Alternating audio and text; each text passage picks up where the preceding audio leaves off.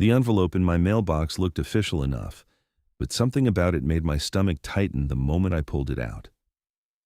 I stood there in my driveway in Scottsdale, Arizona, staring at the return address from First National Bank while the afternoon sun beat down on my neck. I had paid off my house 15 years ago when I retired from the Phoenix Police Department's Forensic Document Examination Unit. There was no reason any bank should be contacting me about my property at 4782 Saguaro Ridge Drive. I walked inside, set my keys on the counter, and tore open the envelope.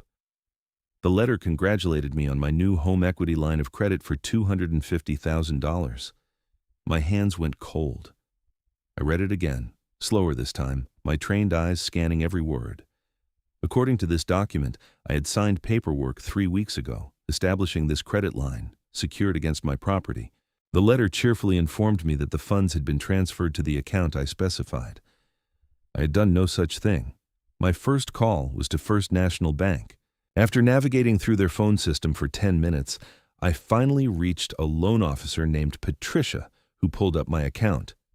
"Yes, Mr. Xavier, I have your file right here. You came in on April 28th and completed all the paperwork with one of our loan specialists, Martin Green." "That's impossible," I said, keeping my voice level despite the anger building in my chest. "I was in Sedona that entire week visiting my daughter. I have receipts, photos, everything." There was a pause on the line. "Sir, I'm looking at your signature right here on multiple documents. We verified your identity with a driver's license. I need copies of everything, every single document with my supposed signature on it, and I need them today." Patricia's tone shifted from friendly to cautious. "I'll need to speak with my supervisor about that request. You do that. And while you're at it, tell them that I spent 32 years as a forensic handwriting expert for the Phoenix Police Department. Those signatures are forged, and I'm going to prove it." 2 hours later, I was sitting in the bank manager's office. Gerald Hoffman was a thin man in his 50s with nervous hands that kept adjusting his tie. Spread across his desk were photocopies of loan documents, all bearing what was supposed to be my signature. I pulled out my reading glasses and examined the first page. It took me less than 30 seconds to spot the inconsistencies. "See this?" I pointed to the signature line. "The pressure distribution is wrong. I have a distinctive way of forming my capital O that comes from years of signing reports. This forger tried to copy my signature from something, but they didn't understand the biomechanics of how I actually write."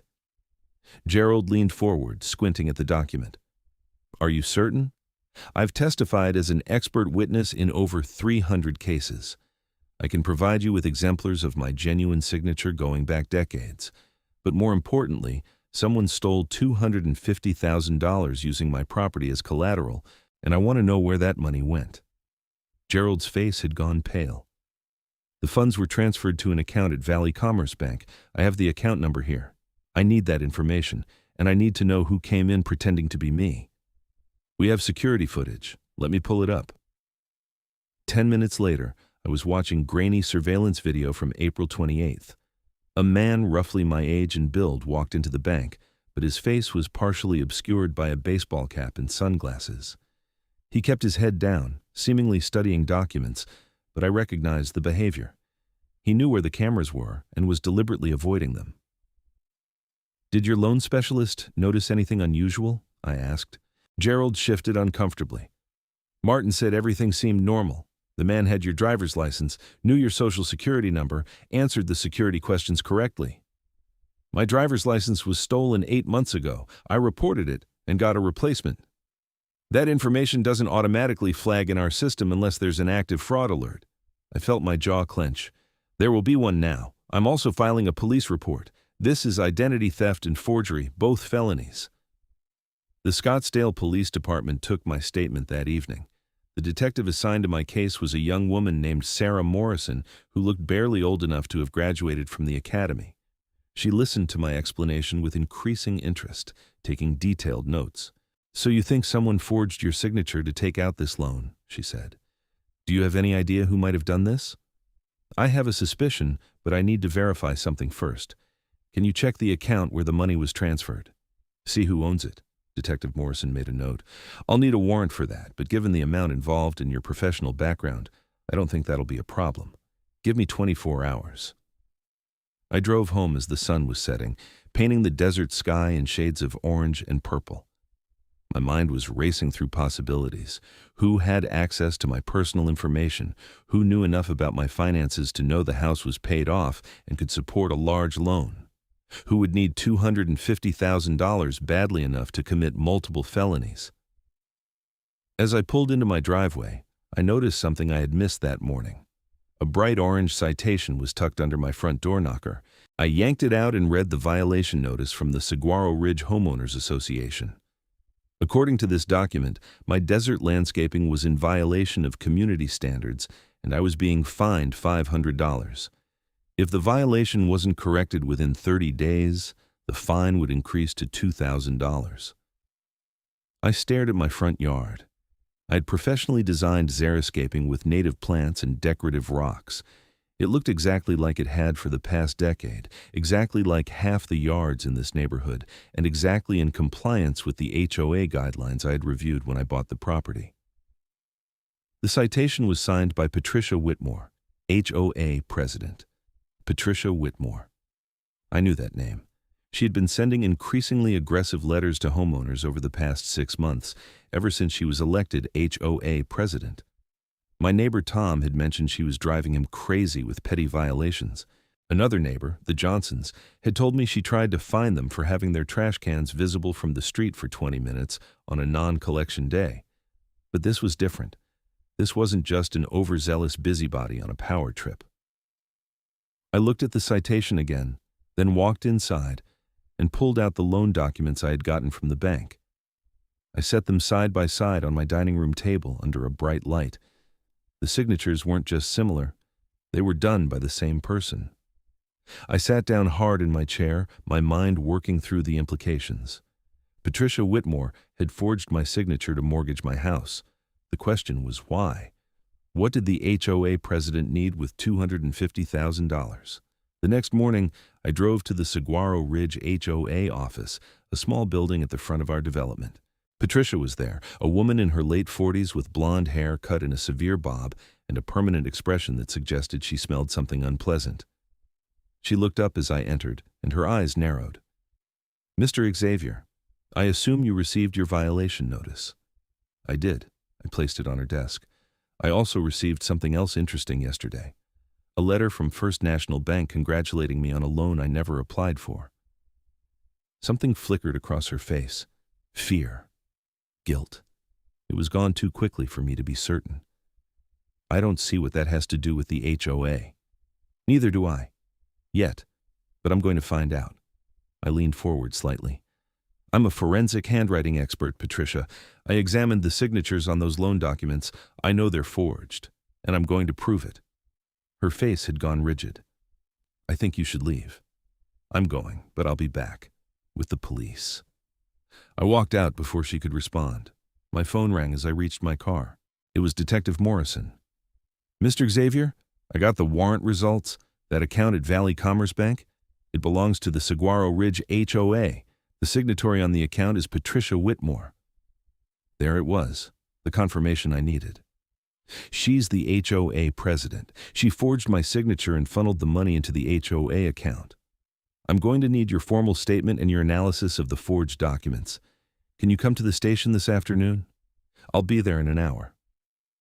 I spent the rest of the morning preparing my analysis. I'd kept all my professional equipment when I retired, including a stereoscopic microscope and specialized lighting. I photographed the forged signatures and compared them with my genuine signatures from various documents. The differences were clear to my trained eye. The forger had tried to copy the overall appearance of my signature, but the pen pressure, the starting and stopping points, the subtle variations in letter formation, all told a different story.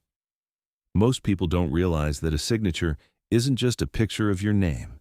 It's a complex motor skill developed over decades, influenced by how you hold the pen, the angle of your hand, the speed of writing, even old injuries.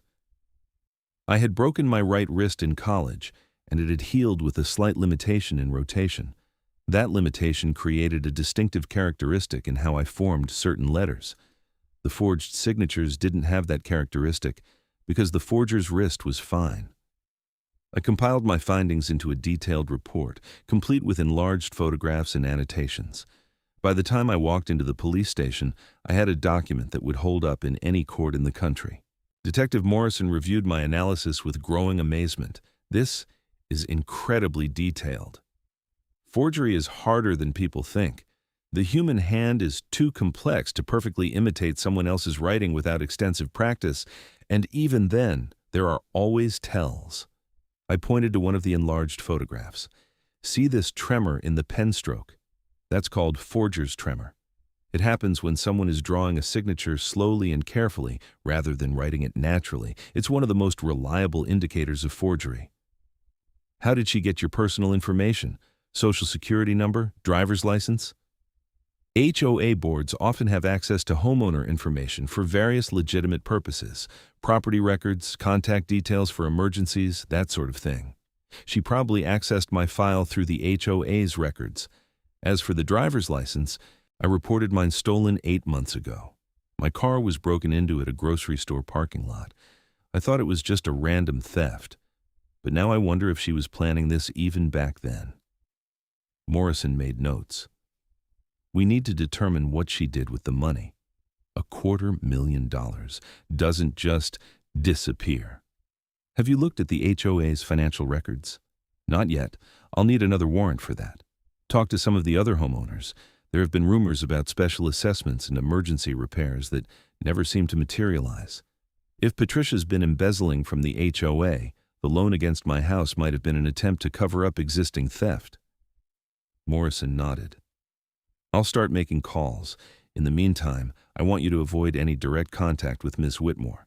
If she realizes we're closing in, she might destroy evidence. I agreed, though I wasn't happy about it. I wanted to confront Patricia directly, to watch her face when she realized her scheme had fallen apart. But Morrison was right. This needed to be done properly, through official channels. That evening, my phone rang. It was Tom from next door. Oliver, you need to see this. Patricia just sent out an emergency email to all homeowners. She's calling a special meeting tomorrow night. What's it about? She says there's been mismanagement of HOA funds by the previous treasurer, and she's discovered significant discrepancies. She's proposing a special assessment of $5,000 per household to cover the shortfall. I felt cold anger settle in my stomach. She was trying to pin her own theft on someone else and extort more money from homeowners to cover her tracks. Who was the previous treasurer? Bob Henderson. You know Bob. He's the most honest guy in the neighborhood. He stepped down 6 months ago because Patricia made his life miserable, constantly questioning every expense and accusing him of improper record keeping. I'll be at that meeting. I figured you would be. A bunch of us are planning to push back on this. $5,000 is insane. The next morning, Detective Morrison called. We executed a warrant on the HOA's financial records. Mr. Xavier, this is bigger than we thought. Patricia Whitmore has been systematically embezzling from the HOA for at least 2 years. The loan against your house was just the latest in a series of thefts. We estimate the total amount stolen is close to $400,000. $400,000? How did no one notice? She was clever about it. The fake invoices for landscaping work that was never done, inflated costs for repairs, payments to shell companies she controlled. When the previous treasurer started asking questions, she forced him out and took over the financial management herself. No oversight, no checks and balances. She's calling a special meeting tonight. She's planning to blame the previous treasurer and demand $5,000 from each homeowner. How many homes in your development? About 200. Morrison let out a low whistle. So she's trying to steal another $1 million to cover up the $400,000 she already stole. That's bold. Are you going to arrest her? We're building the case now. I want to have everything airtight before we move. Can you attend that meeting tonight and keep notes on what she says? Anything that shows consciousness of guilt or intent to defraud would be helpful. I can do better than that. I can record it. Arizona is a one-party consent state for recordings. Perfect. Just don't do anything that would compromise the investigation. The meeting was held at 7 p.m. in the community center, a large room that usually hosted birthday parties and yoga classes. By the time I arrived at 6:45, it was already packed. Apparently, word had spread about the proposed special assessment, and homeowners were not happy. Patricia stood at the front of the room behind a podium, shuffling papers with sharp, aggressive movements. She looked stressed, with dark circles under her eyes and a tightness around her mouth. When she saw me walk in, her expression hardened. I took a seat near the back and pulled out my phone, opening the voice recording app. Tom sat down next to me a moment later. "This is going to be ugly." "Yes, it is." At 7 p.m. sharp, Patricia called the meeting to order by banging a gavel on the podium. "I've called this emergency meeting to address a serious situation regarding HOA finances. As many of you know, I took over as president 6 months ago, and I've been conducting a thorough audit of our books. What I've discovered is deeply troubling." She clicked a button, and a PowerPoint presentation appeared on the screen behind her. It showed a series of financial charts and numbers. The previous treasurer, Bob Henderson, appears to have misappropriated a significant amount of HOA funds. We're talking about hundreds of thousands of dollars in unexplained expenses and missing money. The room erupted in shocked murmurs. Bob Henderson stood up from his seat near the front, his face red. "That's a lie! Patricia, you know damn well I kept meticulous records. Every penny was accounted for during my tenure. Sit down, Mr. Henderson. You'll have a chance to speak during the comment period." "I'll speak now. You're trying to frame me for your own theft." Patricia's face twisted with anger. "Security, please escort Mr. Henderson out if he can't conduct himself appropriately." There was no security. It was an HOA meeting in a community center. But the attempt to silence Bob had the opposite effect. Other homeowners started shouting questions. "Show us the specific transactions you're talking about. I want to see the actual bank statements." "This doesn't make any sense." Patricia raised her voice. "Please, let me finish. Due to this financial crisis, the HOA board has voted to implement a special assessment of $5,000 per household, due within 30 days. These funds are necessary to cover the shortfall and prevent legal action against the HOA." The room exploded into chaos. People were on their feet, yelling. Someone near the front was demanding to see the board meeting minutes where this vote supposedly happened. Tom leaned over to me. "Did you know about any board vote?" "There wasn't one. I checked. The board hasn't met in 3 weeks." I stood up, and something about my movement caught Patricia's attention. Our eyes met across the crowded room, and I saw panic flash across her face. She knew I was there to expose her. "I have a question," I called out, my voice cutting through the noise. The room quieted down. "Patricia, can you explain where exactly this missing money went? What specific expenses are you claiming were fraudulent?" She shuffled her papers. "That's detailed in the audit report, which will be made available to homeowners." "When?" "Within the next few weeks." "That's not acceptable. You're demanding $5,000 from each of us right now, but you can't show us the evidence right now? That's not how financial transparency works." People around me started agreeing, voices rising again. Patricia's knuckles were white as she gripped the podium. "Mr. Xavier, if you have concerns about HOA management, you can file a formal complaint with the board." "I have a different kind of concern. I received an interesting letter from First National Bank this week.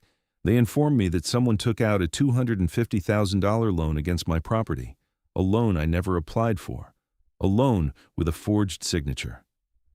The room went dead silent. Everyone was staring at me now. "The money from that fraudulent loan was transferred to the Saguaro Ridge HOA account, your account, Patricia, the account you control." Patricia's face had drained of color. "I don't know what you're talking about."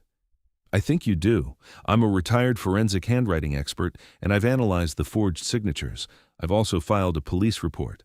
Detective Sarah Morrison with Scottsdale PD is currently investigating HOA financial records." Someone near the front pulled out their phone and started recording. Patricia looked like she was about to be sick. "This is slander. I'll sue you for defamation." "Truth is an absolute defense to defamation," I said calmly. "And everything I just said is true. You forged my signature to mortgage my house without my knowledge or consent. That's identity theft and forgery, both felonies. You then used that money to try to cover up years of embezzling from the HOA." Bob Henderson stood up again. "I knew something was wrong. Patricia, you've been blocking my access to financial records for months. You claimed it was because I was no longer treasurer, but you were really just hiding your theft. Other voices joined in, homeowners who had been fined for ridiculous violations, who had questioned suspicious expenses, who had felt something was off about Patricia's management but couldn't prove it. The meeting dissolved into accusations and arguments. Patricia grabbed her papers and tried to leave, but her path to the door was blocked by angry homeowners. She stood there, trapped, as the community she had been stealing from surrounded her. My phone buzzed, a text from Detective Morrison. "On my way. Keep her there if possible." "The police are coming," I announced.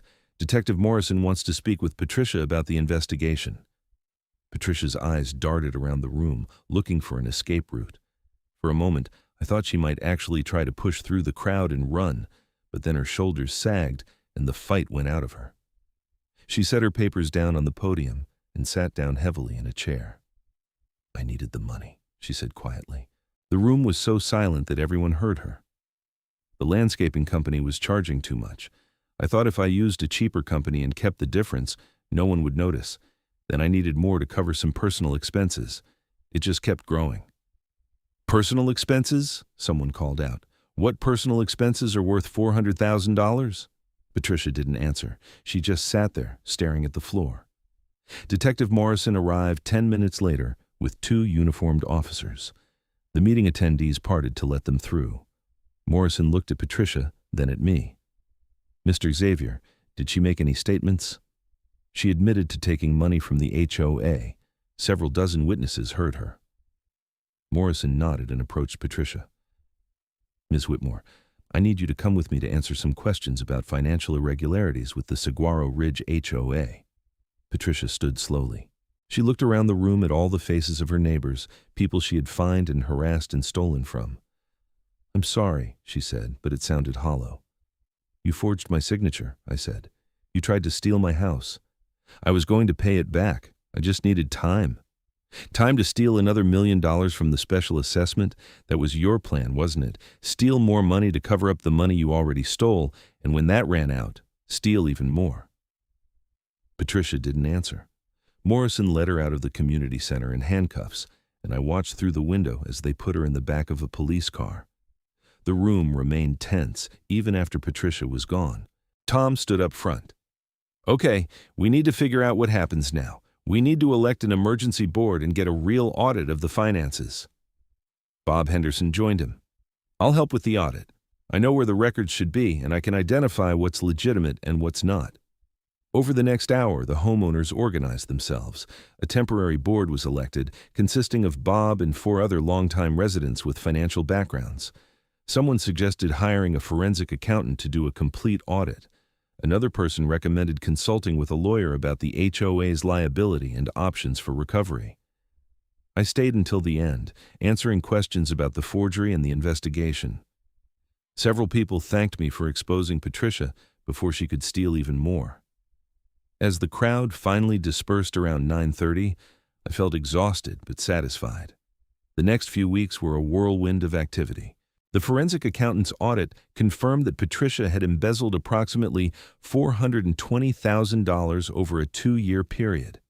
She had created fake invoices from shell companies, inflated repair costs, and pocketed refunds that should have gone to the HOA. The loan against my house had been her most brazen theft yet, and likely a sign of desperation as her schemes became harder to sustain. The criminal investigation revealed more.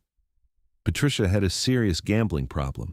She had been making regular trips to the casinos in Talking Stick Resort and had accumulated massive debts. The money she stole went straight to covering her losses and trying to win it back, which of course only led to more losses and more theft.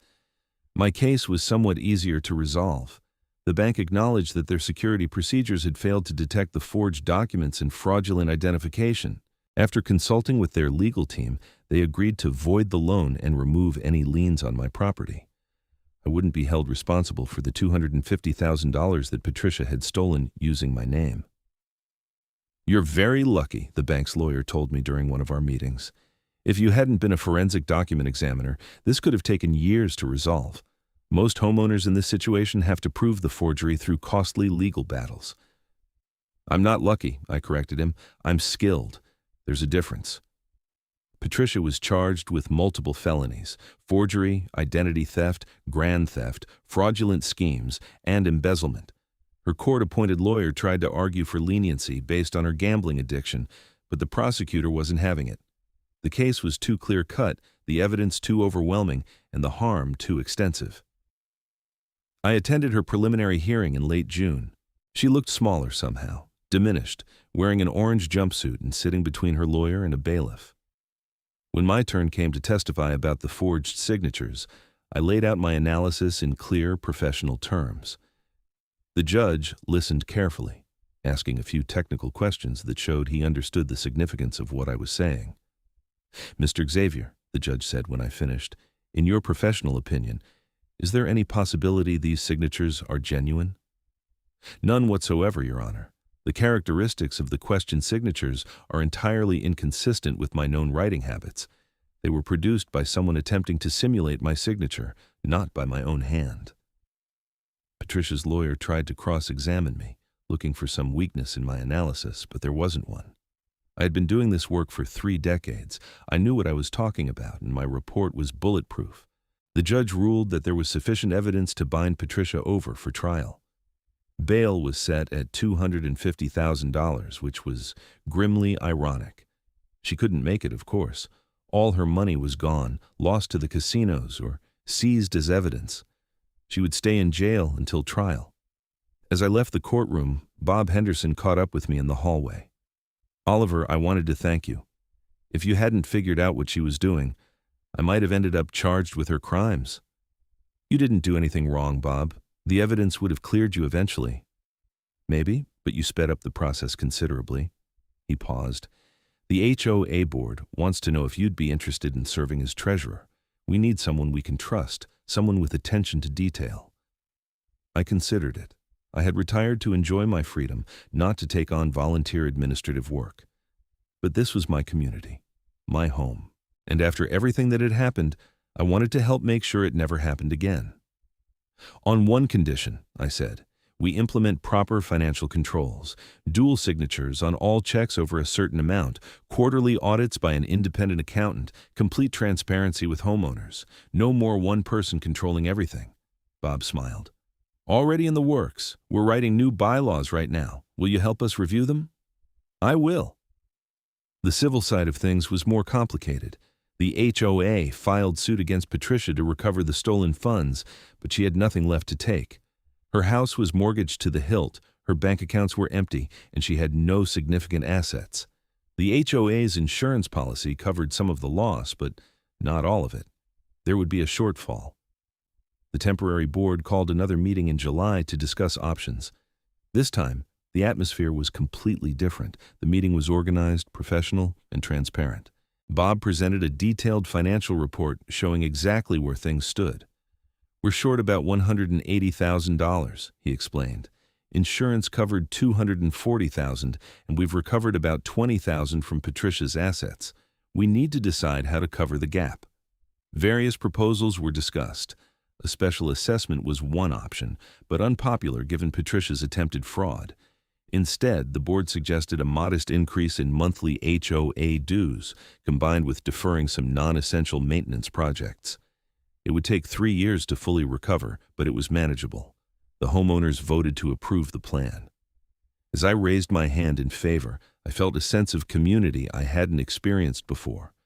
We had been through a crisis together, and we had come out stronger. Patricia's trial began in September. The courthouse in Phoenix was crowded with homeowners who wanted to see justice done. The prosecution's case was methodical and devastating. They walked through each theft, each forged document, each fraudulent transaction. The evidence was overwhelming. I testified again, this time for the jury. I brought enlarged photographs of the forged signatures showing the telltale signs of simulation. I explained forgers' tremor, pen pressure analysis, and the biomechanics of handwriting. The jury listened with rapt attention. "Ladies and gentlemen," I concluded, "I've examined thousands of documents in my career. I've testified in hundreds of cases, and I can tell you with absolute certainty that the signatures on these loan documents were not written by me. They were forged by someone who had access to examples of my genuine signature and attempted to copy them. That person was Patricia Whitmore. The defense attorney tried to challenge my conclusions, but he was out of his depth. He couldn't shake my testimony because it was based on decades of experience and solid methodology. The jury could see that. Other witnesses followed, bank employees who described how Patricia had presented the fake ID and answered security questions she shouldn't have known the answers to. The forensic accountant who detailed the embezzlement scheme. Homeowners who described Patricia's increasingly erratic behavior and aggressive violation notices in the months before her arrest. Patricia's lawyer tried to paint her as a victim of addiction, someone who had made terrible choices but deserved sympathy rather than harsh punishment. He called a psychologist who talked about gambling disorder and impulse control. He called her sister, who tearfully described how the casinos had destroyed Patricia's life. But the jury wasn't buying it. After 2 weeks of testimony, they deliberated for less than 4 hours before returning guilty verdicts on all counts. At sentencing in October, the judge addressed Patricia directly. "Ms. Whitmore, you held a position of trust in your community. Your neighbors elected you to manage their affairs and safeguard their investments. Instead, you betrayed that trust in the most profound way possible. You didn't just steal money. You violated Mr. Xavier's property rights by forging his signature to mortgage his home. That's an attack on the fundamental security we all expect in our homes and our lives." The judge sentenced Patricia to 8 years in state prison, followed by 5 years of probation. She would also be required to make restitution, though everyone knew she would never be able to repay what she had stolen. As the bailiff led Patricia out of the courtroom, she looked back at the gallery one last time. Her eyes found mine, and I saw something there. Not quite remorse, but maybe recognition of the magnitude of her mistakes. Then she was gone, and that chapter of Saguaro Ridge's history was closed. Life slowly returned to normal after that. The HOA implemented the new financial controls and bylaws. Bob and I worked together as treasurer and assistant treasurer, providing the oversight and transparency that had been missing. Monthly financial reports were posted online for all homeowners to review. Board meetings were properly noticed and well attended. The petty violations and harassment stopped. The new board took a common-sense approach to enforcement, focusing on genuine problems rather than looking for reasons to fine people. The community started to feel like a community again instead of a police state. I settled into my role, finding satisfaction in the careful work of managing the budget and maintaining accurate records. It wasn't exciting, but it was important. And every time I reviewed the accounts and verified that everything was in order, I thought about how close Patricia had come to getting away with her scheme. If I hadn't been a forensic handwriting expert, would anyone have caught the forgery? Would she have successfully blamed Bob Henderson for her thefts? Would she have collected that special assessment and stolen even more money before disappearing? The questions haunted me sometimes, late at night when I couldn't sleep. But then I remembered that I did catch her. My skills and experience had stopped her fraud and protected my home and my community. That was worth something. In November, the HOA held its annual meeting. The attendance was the highest in years as homeowners came to participate in running their community. The new board presented the year's financial report, showing that we were on track to recover from Patricia's thefts within the projected timeline. Several homeowners stood up to thank the board for their work and transparency. Tom nominated me for a full term as treasurer. The motion was seconded immediately and passed unanimously. I accepted with gratitude, promising to continue the careful stewardship the community deserved. As the meeting wrapped up, Bob pulled me aside. "You know, Oliver, I've been thinking. We should create a reserve fund specifically for fraud protection. Better insurance, maybe an annual audit, even though we don't technically need one. Make sure this never happens again." "That's a good idea. Let's put together a proposal for the board." We spent the next few weeks developing the plan. It would cost money, but it was worth it for the peace of mind and protection it provided. The board approved it in December, and we started implementing it immediately. I also started getting calls from other HOAs in the area.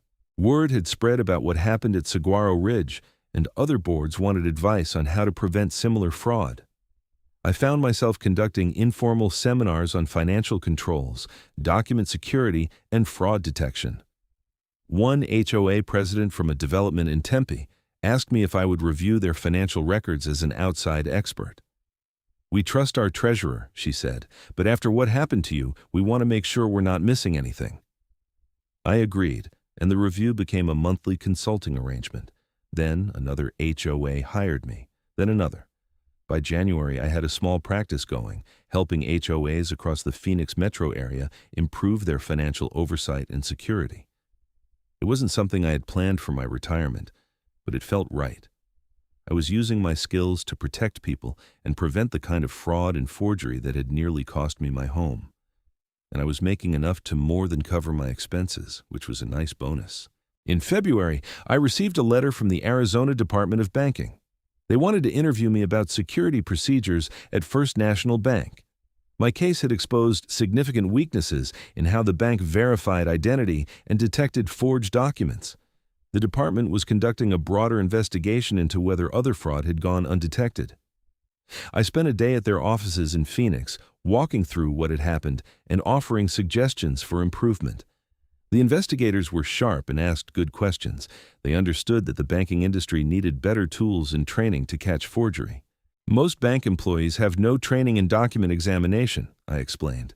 "They're told to compare a signature to what's on file, but they don't know what to look for. They see if it looks generally similar, and that's it. A skilled forger can easily fool them." "What would you recommend?"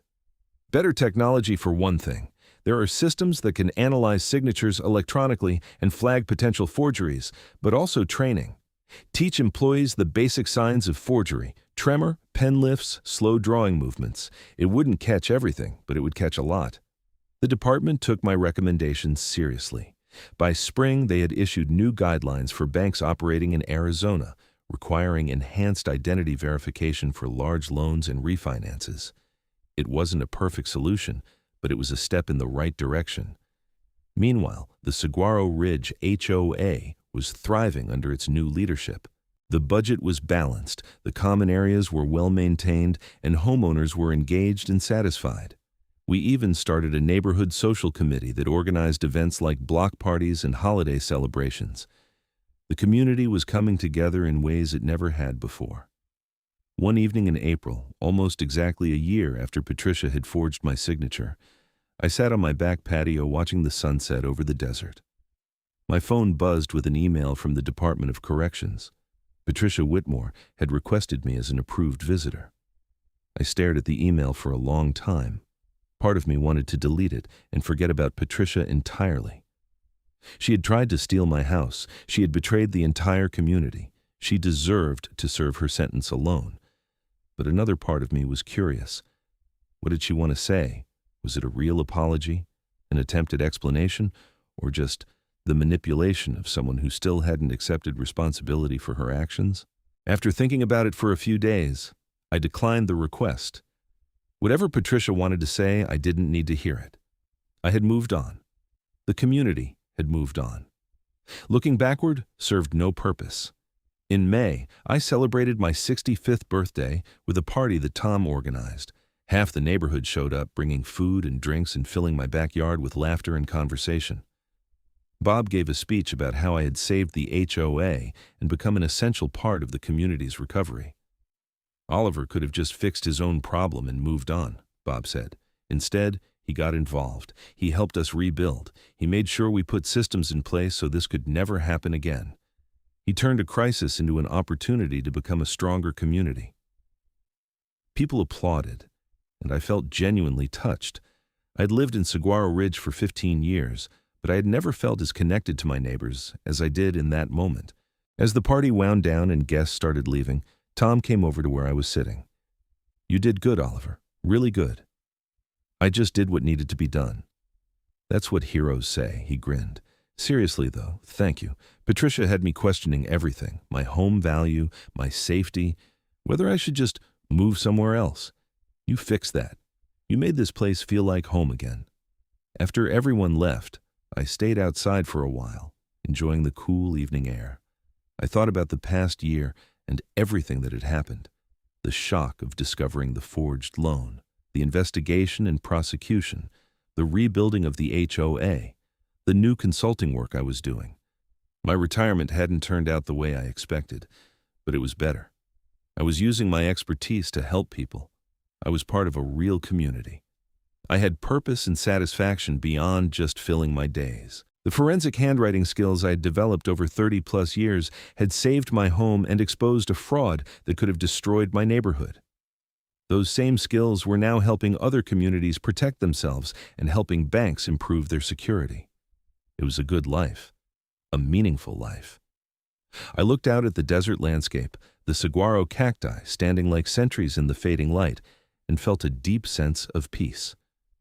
Patricia Whitmore had tried to take my home through forgery and fraud, but she had failed. Not just because she got caught, but because she had never understood what a home really was. A home wasn't just a piece of property that could be mortgaged or stolen. It was relationships and community and trust. It was neighbors coming together to solve problems. It was people looking out for each other and building something worth protecting. Patricia had been so focused on money and her own needs that she had destroyed the very thing she was supposed to be protecting. She had turned the HOA into a tool for theft instead of service. She had alienated neighbors and created an atmosphere of fear and resentment. The new HOA board was doing the opposite. We were building trust through transparency. We were creating community through engagement. We were protecting everyone's homes, not just as property, but as places where people lived and built their lives. That was the real victory. Not just stopping the fraud, but creating something better in its place. As I finally headed inside for the night, I made a mental note to add to my consulting presentations. I would tell other HOAs about the importance of community building, not just financial controls. I would emphasize that the best protection against fraud was an engaged, informed membership that held leaders accountable. The mechanics of preventing forgery and embezzlement were important. But the deeper lesson was about culture and values. When communities took ownership of their governance and demanded transparency, fraud became much harder to accomplish and much easier to detect. Over the next few months, I refined that message and delivered it to HOAs across Arizona. I talked about Patricia's fraud not just as a technical failure of controls, but as a failure of community engagement. I challenged boards to be more transparent and homeowners to be more involved. The response was overwhelming. HOAs started adopting our model, implementing similar financial controls and transparency measures. Some hired me to help with the transition. Others just took the ideas and ran with them. By the fall, I was traveling around Arizona teaching seminars on HOA fraud prevention. I'd written a handbook that boards could use to evaluate their own procedures and identify vulnerabilities. I had even been quoted in a newspaper article about HOA governance reforms being considered by the state legislature. It was surreal to go from a quiet retirement to being a minor authority on HOA fraud prevention, but it felt right. This was what I was supposed to be doing with the skills and experience I had accumulated over a lifetime. In October, I received an unexpected call from a lawyer representing First National Bank. They wanted to hire me as a consultant to improve their document verification procedures and train their staff in forgery detection. The pay was substantial, and the work would be interesting. I agreed and spent the next several months working with the bank to overhaul their processes. We implemented new technology, created training programs, and established protocols for high-risk transactions. By the time we finished, First National had some of the best fraud detection systems in the state. Other banks heard about the improvements and reached out with similar requests. My consulting practice grew to include both HOAs and financial institutions, all working to prevent the kind of fraud that Patricia had committed. The Saguaro Ridge HOA continued to thrive. Property values were stable, the community was active and engaged, and the financial situation had improved to the point where we were ahead of schedule on recovering from Patricia's thefts. The Fraud Prevention Reserve Fund was fully funded, and we had passed our second independent audit with flying colors. In December, almost 2 years after Patricia forged my signature, I attended a community holiday party at the recreation center. The decorations were festive, the food was delicious, and the atmosphere was joyful. Children ran around playing while adults mingled and caught up on neighborhood news. Bob found me by the dessert table. Hard to believe where we were 2 years ago. It's been quite a journey. I was thinking we should do something to commemorate it. Not Patricia specifically, but what we learned and how we came together. Maybe a plaque or something in the community center. I considered it. I think that's a good idea. Something that reminds future residents about the importance of transparency and engagement. We worked with the board to design a plaque that was mounted in the community center in January. It read, "In recognition of the residents of Saguaro Ridge who came together in 2025 to restore integrity and build a stronger community through transparency, accountability, and shared purpose." No mention of Patricia or the specific fraud, just a reminder of the values that had brought us through the crisis and made us better. Life settled into a comfortable rhythm after that. I continued my consulting work, helped manage the HOA's finances, and enjoyed my retirement. I traveled to see my daughter in Sedona regularly. I hiked in the desert, read books, and worked on projects around my house. But I never forgot the lesson Patricia had taught me, albeit unintentionally. Expertise matters. Skills matter. The 32 years I spent learning forensic document examination, testifying in court, and analyzing thousands of signatures had prepared me for the moment when I needed those skills most. If I had been anyone else, Patricia might have gotten away with it. The forged signatures might have gone undetected. The embezzlement might have continued. The community might have been destroyed by a special assessment scam and false accusations against an innocent treasurer. But I wasn't anyone else. I was Oliver Xavier, a retired forensic handwriting expert who happened to live in the wrong neighborhood for someone planning mortgage fraud. Patricia's bad luck was her own making. And that was perhaps the most satisfying part of the whole situation. She had chosen me as her victim because she thought my paid-off house made me an easy target. She had no idea that her victim had exactly the skills needed to unravel her entire scheme. Sometimes I imagined what must have gone through her mind when I stood up at that community meeting and announced I was a forensic handwriting expert.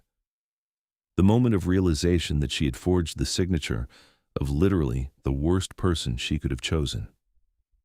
The panic as her carefully constructed fraud collapsed around her. I didn't take pleasure in her imprisonment.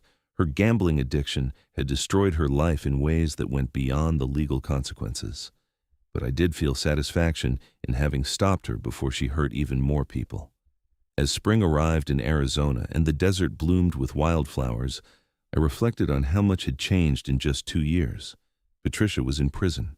The HOA was financially stable and well-governed.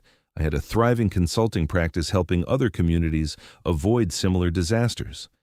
And most importantly, Saguaro Ridge felt like a real home, with neighbors who knew and trusted each other. The house that Patricia tried to mortgage fraudulently was more secure than ever, not because of better locks or security systems, but because it was part of a community that looked out for each other. That was the real protection against fraud and crime. I spent an afternoon updating my consulting materials with lessons from the past 2 years.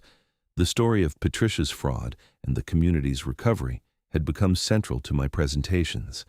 It illustrated all the key principles, the importance of financial controls, the dangers of concentrated power, the value of transparency, and the strength of engaged communities. As I finished the updates, my phone rang. It was another HOA president asking for help reviewing their procedures. I smiled and answered, ready to share what I had learned and help another community protect itself. The skills I had developed over a career weren't just useful for examining documents in police investigations. They had real-world applications in protecting ordinary people from fraud and deception. And sharing those skills with others had given my retirement meaning and purpose beyond anything I had imagined. Patricia Whitmore had tried to steal my house through forgery and fraud. Instead, she had inadvertently launched me on a new mission to protect communities across Arizona from similar crimes. That seemed like justice of a particularly satisfying kind. As I headed out to meet with the HOA president, I glanced back at my house, my home, standing solid and secure in the Arizona sunshine. Patricia's forgery had failed because she had made a fundamental mistake. She had assumed that just because I was retired, I was vulnerable. But retirement didn't erase expertise. It didn't eliminate skills developed over decades, and it certainly didn't make me an easy target. I had spent my career catching forgers and exposing fraud. When someone tried to forge my signature, I did exactly what I had always done. I examined the evidence, built a case, and ensured justice was served. The only difference was that this time, it was personal, and that made the victory even sweeter.